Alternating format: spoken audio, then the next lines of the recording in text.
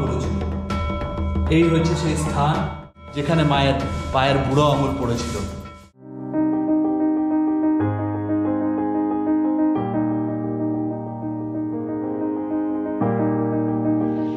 Hello বন্ধুরা, কেমন আছেন আপনারা? আমি সঞ্জীব বিশ্বাস, আপনাদের হোস্ট। আপনাদের স্বাগত জানাই আমার চ্যানেলে। বন্ধুরা, আমরা আজকে এসে পৌঁছেছি জলপাইগুড়ির মা ভামরি সতীপীঠে। 51 সতীপীঠের মধ্যে এটি একটি অন্যতম সতীপীঠ, যেখানে সতী দেবীর বাঁ পায়ের বুড়ো আঙুল পড়েছিল। তাহলে বন্ধুরা চলুন, আর সময় নষ্ট না করে আমরা মন্দিরের ভিতরে যাই, মায়ের দর্শন করি। কোথায় মায়ের বুড়ো আঙুল পড়েছিল সেগুলো আমরা দেখব। চলুন।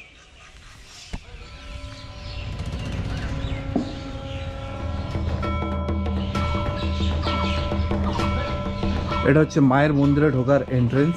খুব সুন্দর সাজানো সিঁড়ির মধ্যে দিয়ে, শেড দেওয়া সিঁড়ির মধ্যে দিয়ে যেতে হয় ভিতরে।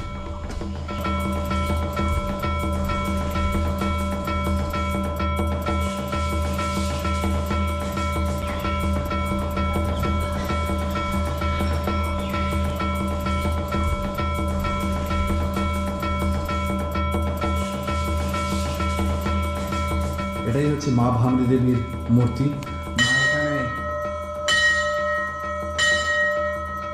মা এখানে দুর্গা রূপে বিরাজিত। মহাদেব শিব তা মায়ের পায়ের নিচে শুয়ে আছেন এবং তার নিচে আছে সিংহ। মায়ের ঠিক পাশেই ডান দিকেই রয়েছে মায়ের ভৈরব ঈশ্বর। এখানে মহাদেব ঈশ্বর নামে পরিচিত। এখানে নন্দীর সাথে মহাদেব শিব বিরাজ করছেন। এখানে আপনারা মায়ের সাথে মায়ের ভৈরব আর নন্দীকে একসাথে দেখতে পাচ্ছেন।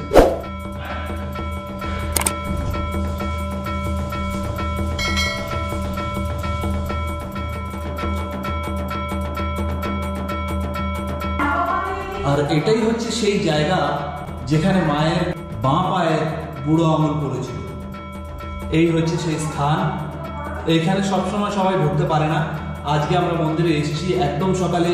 আমরাই একমাত্র এখানে দর্শনার্থী, আর কেউ নেই, যার জন্য এখানে কেউ মন্দির কর্তৃপক্ষের প্রেজেন্ট ছিলেন না। আমরা সেই সুযোগে ঢুকে এসে মায়ের কাছে সেই ভিডিওগুলো তুললাম। বন্ধুরা, এটাই হচ্ছে মায়ের প্রধান জায়গা আর কি, যেখানে মায়ের পায়ের বুড়ো আঙুল পড়েছিল।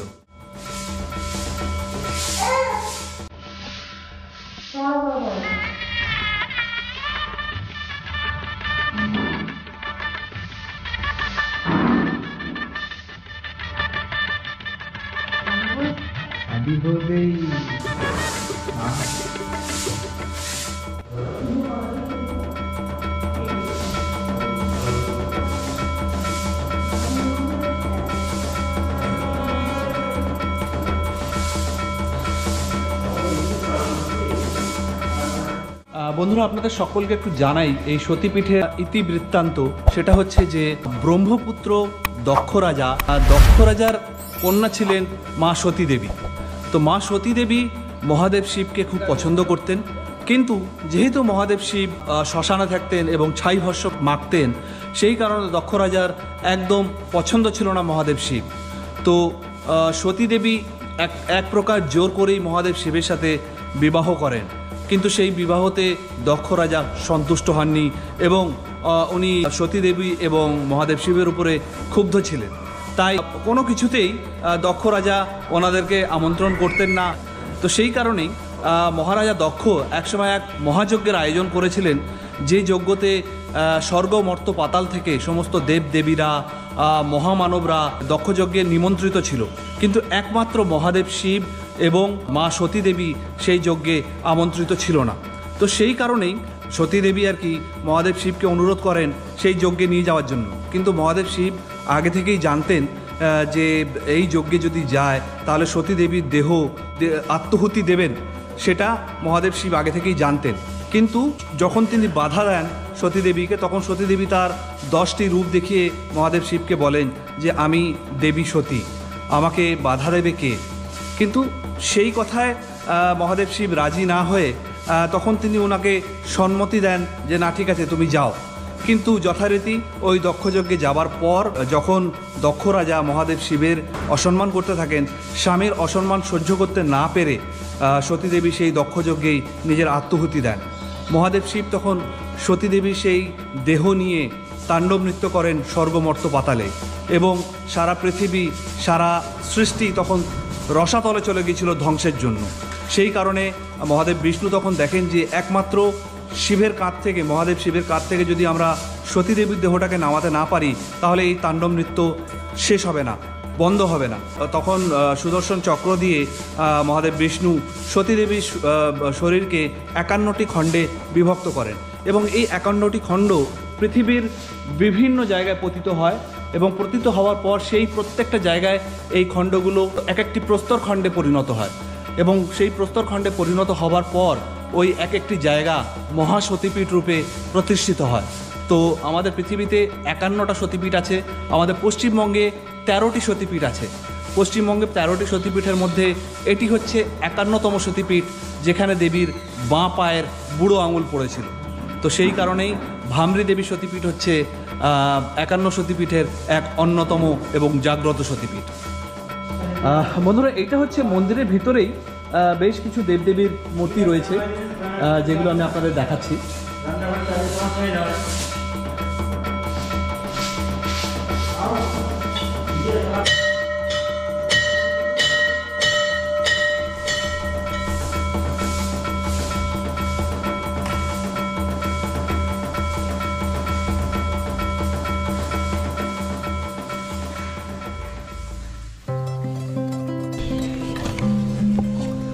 বন্ধুরা, আপনাদের একটা আশ্চর্য জিনিস দেখাবো, যেটা কতটা সত্যি কতটা মিথ্যা আমাদের জানা নেই। তবু মতান্তরে অনেকেই বলে থাকে, যেহেতু এটা সতীদেবীর বাঁ পায়ের বুড়ো আঙুল পড়েছিল, সেহেতু অনেকেরই ধারণা এখানে সতীদেবীর পা পড়েছিল। তো সেই কারণে এখানে দুটি গাছ দুপাশ থেকে, যেরকম আমাদের পা সেই রকম পায়ের মতো দুভাগে বিভক্ত হয়ে উপরের মাথাটা আর কি এক হয়ে গেছে। তো সেটাকে অনেকে বলেন যে এটা সতীদেবীর পা। তো আমি আপনাদের সেই পাটা দেখাচ্ছি, এই দেখুন।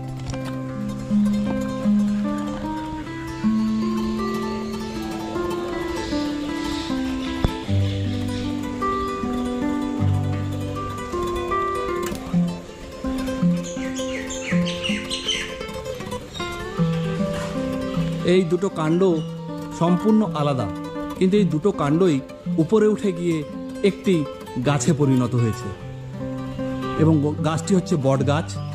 একদিকটায় বট গাছ, আরেক দিকটা হচ্ছে অশ্বত্থ গাছ।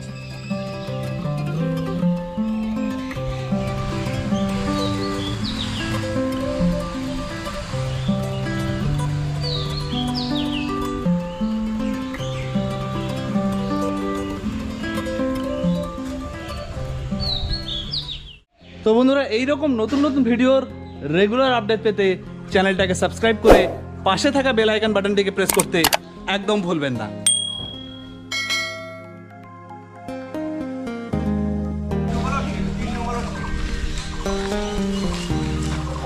বন্ধুরা, আমি সঞ্জীব বিশ্বাস। ঘুরে বেড়ানোটা আমার একটা প্যাশন, তাই আমি চারিদিকে ঘুরে বেড়াই, আর আমার এই ঘুরে বেড়ানোর ভিডিওগুলো আমি এই চ্যানেলে আপলোড করি আপনাদের জন্য। তাই বন্ধুরা, আপনাদের কাছে আমার অনুরোধ, আপনাদের যদি আমার এই ভিডিওগুলো ভালো লাগে, আপনারা চাইলে আমার এই চ্যানেলটিকে সাবস্ক্রাইব করতে পারেন। যদি আমার এই চ্যানেলটিকে সাবস্ক্রাইব করেন, তাহলে পাশে থাকা বেল আইকন বাটনটিকে প্রেস করে অল বেল নোটিফিকেশনের অপশানটিকে অন করে দিতে ভুলবেন না। তাতে যখনই আমার নতুন কোনো ভিডিও ইউটিউবে আপলোড হবে, সবার আগে আপনারা তার নোটিফিকেশানগুলো পেয়ে যাবেন, আর ভিডিওগুলো আপনাদের মিস হবে না। আর বন্ধুরা, ভিডিওগুলো যদি আপনাদের ভালো লাগে, তাহলে অনুরোধ করব অবশ্যই একটা লাইক দেবেন, আর আপনাদের চেনা পরিচিতদের মধ্যে শেয়ার করতে একদম ভুলবেন না।